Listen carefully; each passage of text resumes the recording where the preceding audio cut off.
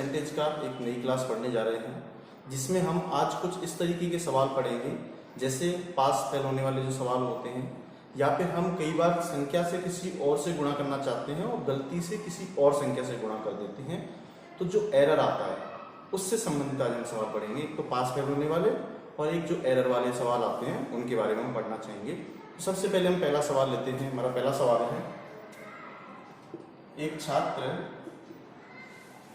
जिसे किसी संख्या को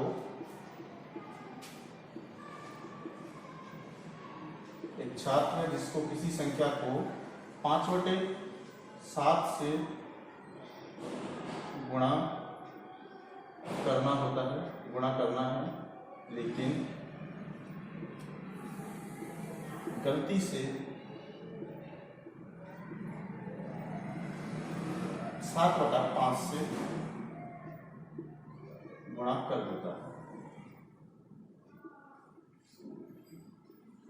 तो संख्या में परिवर्तन बताइए, या संख्या में जो वृद्धि होगी या जो कमी होगी वो बताइए। कुल मिला के आपके पास एक चीज कह रहा है कि कोई भी एक छात्र है जो उसको कोई एक कैलकुलेशन या कोई एक संख्या दी गई है, संख्या हमें पता नहीं है, आप कुछ भी मान सकते हैं, तो उस संख्या को उसे 5/7 5/7 से गुणा करना है, लेकिन वो गलती से 7/5 से गुणा कर देता है। तो संख्या में क्या चेंज आएगा? एक चीज तो हमें क्लियर पता है कि अगर हमें जिस संख्या से गुणा करना है, अगर उसके बजाय हम किसी और संख्या से उसका गुणा करेंगे तो ओरिजिनल वैल्यू तो कभी नहीं आएगी। या तो पुरानी वैल्यू से मान उसका ज़्यादा आएगा, ओरिजिनल वैल्यू से मान ज़्यादा आएगा, या फिर ओरिजिनल वैल्यू से उसका जो मान होगा वो कैसा आएगा? कम आएगा। तो चेक करके देखते हैं यहाँ पे सवाल में माइनस में मतलब जो मान आता है वो कम आता है या ज़्यादा आता है। तो यहाँ पर हम देखेंगे, जैसे जब भी ऐसा सवाल आए तो हम क्या करेंगे, हमें जो दो संख्याएं दे रखी हैं, गुणा करना था उसको 5/7 से, लेकिन उसने गुणा कर दिया 7/5 से। ये करना था उसको और ये कर दिया। तो यहाँ पर आना हमारा आंसर क्या चाहिए? ये इससे जो गुणनफल आएगा वो आंसर हमारा ओरिजिनल वैल्यू मानी जाएगी, ओरिजिनल आंसर माना जाएगा। लेकिन गलती से हमने ये निकाला है, तो ये जो आंसर आया है वो इससे अधिक आया है या कम आया है? अधिक आया है तो कितने प्रतिशत अधिक आया है, और अगर कम आया है तो कितने प्रतिशत कम आया है? इस चीज का हमें इस सवाल में पता करना है। तो जब भी ऐसा सवाल आएगा हम क्या करेंगे, ये नीचे वाला जो अंक होता है जिसको हम हर बोलते हैं, उसका लघुत्तम लेना है और जो संख्या आएगी उस संख्या से दोनों को गुणा करना है। ये काम हम क्यों करते हैं? ये काम हम इसलिए करते हैं क्योंकि हमें पता है कि जब हम इनका एलसीएम ले लेंगे और एलसीएम लेने के बाद एक जो संख्या आएगी उस संख्या से जब हम इनका गुणा करेंगे तो ये संख्याएं भिन्न से परिवर्तित होकर साधारण संख्याओं में कन्वर्ट हो जाएंगी, जिससे हम आसानी से पता कर पाएंगे संख्या में कितना चेंज आया। तो इन दोनों का जब हम 5 और 7 के एलसीएम लेते हैं तो सबको पता है 35 आता है। 35 है, इसको कैलकुलेट करते हैं, 7 का भाग इसमें देंगे, 5 बार जाएगा, 5 का गुणा 5 से करेंगे। यहाँ पर जो ओरिजिनल संख्या है वो कितनी आनी चाहिए थी? 25 आनी चाहिए थी। फिर 5 का यहाँ पर भाग देंगे 7, और यहाँ पर ये आ गई कितनी? 49। संख्या में चेंज आया है या नहीं आया है? हमें दिख रहा है कि यहाँ पर संख्या में चेंज आया है। ओरिजिनल नंबर जो था हमारा कितना आना चाहिए? 25 आना चाहिए था, लेकिन जो हमने गलती से कैलकुलेशन को चेंज कर दिया, दूसरी संख्या से कैलकुलेशन कर दी है, तो उसकी वजह से जो हमारी संख्या आई है वो आई है 49। चेंज कितने का आया है? चेंज आया है 24 का। प्लस आया है या माइनस? अगर चेंज वृद्धि आई है तो हम उसको प्लस मान लेते हैं, और अगर हमारी कमी आई है तो उसको माइनस मान लेते हैं, मतलब कमी आई है। तो यहाँ पर अगर प्रतिशत निकालना होगा तो जो चेंज आया है वो बटा ओरिजिनल वैल्यू, तो दोनों को हम कैलकुलेट करेंगे तो आपको पता है 1/25 का मान 4% होता है, तो 24/25 का मान कितना होना चाहिए? 96%। कैसे कर सकते हैं? 1/24/25 को मैं लिख सकता हूँ 25/25, 1 माइनस 1/24 माइनस 1/25, और 1/25 का मान 4% होता है, तो 1/25 ये कम है, इसलिए हमने 100 में से 1/25 का मान कम कर दिया। ये जो आंसर है हमारा कितना आएगा? 96%। ठीक है, 96%। लेकिन ये जो 96% ज़्यादा हुआ है, इसका मतलब जो ओरिजिनल वैल्यू, जो हमारी ओरिजिनल वैल्यू से जो दूसरी संख्या आई है वो इससे कितनी बड़ी है? तो हम बात करेंगे तो ये बड़ी है वही 196%। ठीक है। 196% ऐसे अगर आपको निकालना हो तो हम लिख सकते हैं यहाँ पे 49 डिवाइडेड बाई 25। दो तरीके से सवाल पूछ सकता है, एक तो ये पूछ सकता है कि संख्या कितनी बड़ी है या संख्या में कितने का अंतर है। अंतर है तो 96% का अंतर है, 96% बड़ी है। अगर आपसे पूछता है कि संख्या स्वयं की कितनी बड़ी बन जाती है या स्वयं से कितना बड़ा बन जाती है, स्वयं का कितना हो जाती है, इस तरीके से पूछे आपका स्वयं का कितना हो जाती है। स्वयं का कितना होने का मतलब है स्वयं का 196% हो जाती है, और स्वयं से कितनी बड़ी है इसका मतलब 96% बड़ी है। तो मुझे उम्मीद है कि आपको ये सवाल अच्छे से समझ में आया होगा। एक सवाल और करते हैं, इससे रिलेटेड सवाल है। एक बार क्या करते हैं, यहाँ पर संख्या चेंज कर लेते हैं, बाकी चीजें तो वही सेम है। आपको गुणा जो करना था वो 3/5 से करना था, लेकिन हमने गलती से जो गुणा किया वो कर दिया हमने 1/6। चलो ये नंबर है 1/6 से कर दिया हमने, और गुणा करना था हमको 3/5 से। जब भी ऐसा सवाल आएगा हमें गुणा कितने से करना था, 3/5 से करना था। हमने कर दिया कितने से, 1/6 से। दोनों का एलसीएम लेंगे, एलसीएम आएगा 30, इसका भी एलसीएम आएगा 30, दोनों का सेम आता है। 5 और 6 का जो एलसीएम लेते हैं, लघुत्तम लेते हैं, वो कितना आता है, 30 आता है। जब हम इसको कैलकुलेट करेंगे तो 5 का भाग 30 में देंगे, 5 बार जाएगा, 5 का गुणा इससे करेंगे 15, और इसका गुणा इससे करते हैं तो आता है 5 का गुणा 1 से करेंगे, कितना आएगा, 5। कुल मिला के बात ये हुई कि संख्या हमारी 15 आनी चाहिए थी, लेकिन जो हमने गलती की उसकी वजह से लॉस हुआ, और उसकी संख्या हमारी कितनी रहेगी, 5 रहेगी। तो जब ऐसा होता है तो हम यहाँ पर देखते हैं कितने की त्रुटि हुई है भाई, -10 की त्रुटि हुई है। -10 का हमें यहाँ पर नुकसान हुआ है। तो अगर हमें ये निकालना हो कि संख्या में कितने का चेंज आया है, तो हम यहाँ पर लिखेंगे 10/15 बराबर, इसको काटेंगे 2/3, और 2/3 का मान होता है 66 सही 0.66, या फिर हम दूसरे तरीके से इसको लिख सकते हैं 66 सही 2/3%। ठीक है। अगर आपसे पूछे संख्या स्वयं का कितना हो जाती है, संख्या स्वयं का हो जाती है तो हम 5 लेंगे, 5 हो जाती है भाई, 5/15 लिखेंगे तो आंसर आएगा हमारा 1/3। 1/3 का मतलब है यहाँ पर जो संख्या है वो कितनी रहेगी, 33, 1/3, या हम इसको दूसरे शब्दों में बोल सकते हैं 33.33। संख्या स्वयं की 1/3 रह जाती है। अगर संख्या में चेंजेस देखेंगे तो संख्या चेंजेस कितना आता है, 66 सही 2/3% का चेंजेज आता है। इसका मतलब इतनी की कमी आती है। तो 100 में से 66 सही 2/3 घटा देते हैं तो हमें पता है 33.33 या 33 से 1/3% बचता है। चलो ये तो हुई इस सवालों की। मुझे लगता है कि अब आपको इस तरीके के सवालों में कभी भी कोई दिक्कत नहीं आएगी, ऐसे सवालों में दिक्कत नहीं होनी चाहिए। एक सवाल और आते हैं जिसमें हम दूसरे सवालों में बात कर लेते हैं, दूसरे तरीके के सवाल हैं। जैसे यहाँ पर एक सवाल ले लेता हूँ मैं, अलग तरीके का सवाल है जो मैंने पास पहले वाले सवालों की बात की थी, अगर मैं उसको बनाऊंगा तो चलो पास पहले वाले सवालों की बात कर लेते हैं। जैसे मैं कहूँ कि कोई एक छात्र 25% अंक प्राप्त करता है एवं 210 अंकों से फेल हो जाता है, 10 अंकों से फेल हो जाता है, मतलब अनुत्तीर्ण इसको बोल सकते हैं, फेल हो जाता है। यदि वह छात्र 55% अंक अर्जित करता, 55% अंक प्राप्त करता तो उत्तीर्ण अंकों से, जो पासिंग मार्क्स हैं, उत्तीर्ण अंकों से 240 नंबर या 40 अंक अधिक लाता।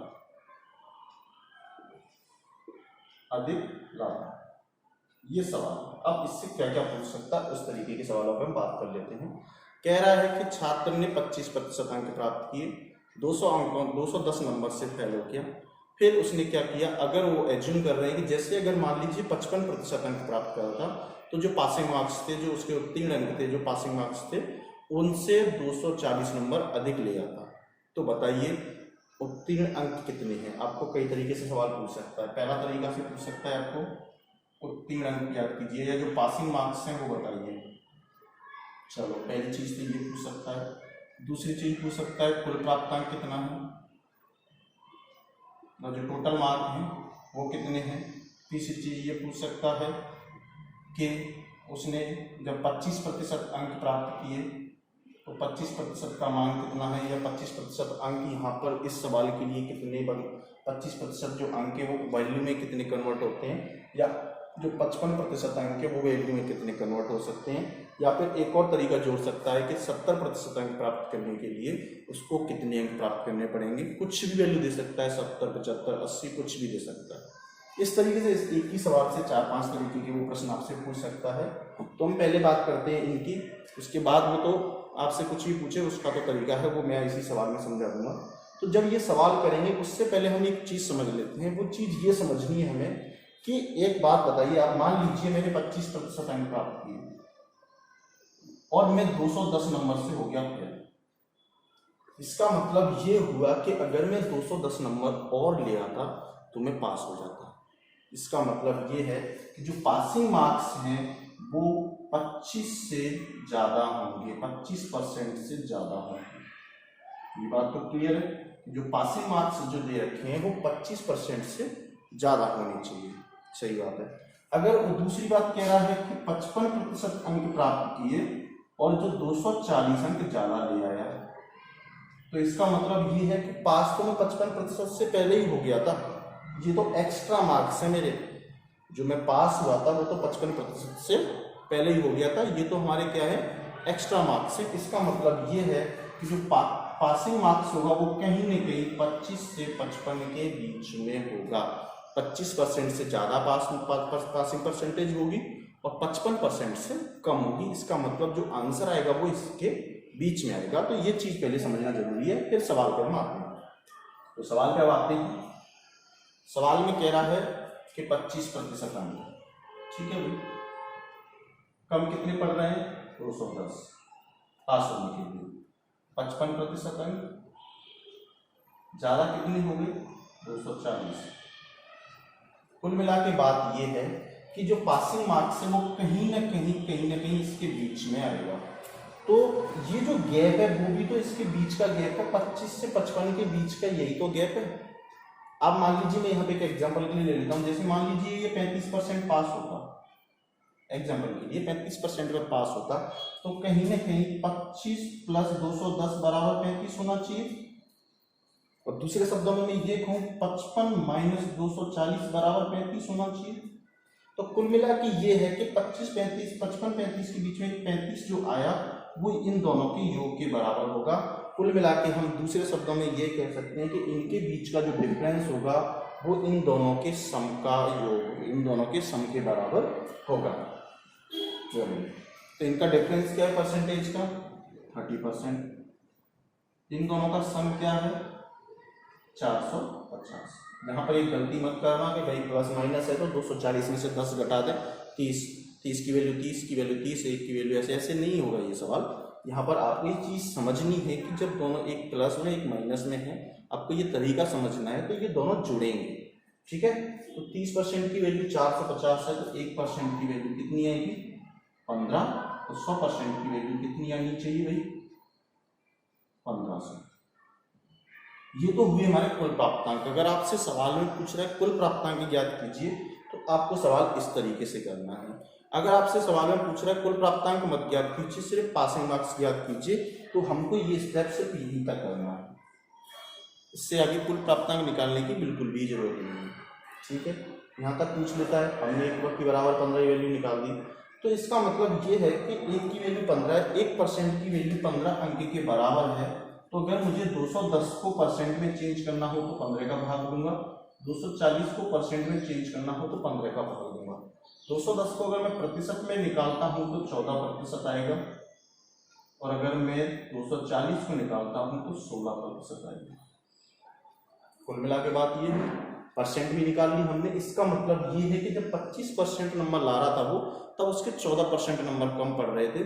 तो ये तो अब आराम से आप कर सकते हो कि जब 25% लाने पे 14% से फेल हो रहा है तो उसको पास होने के लिए कितने मार्क्स चाहिए?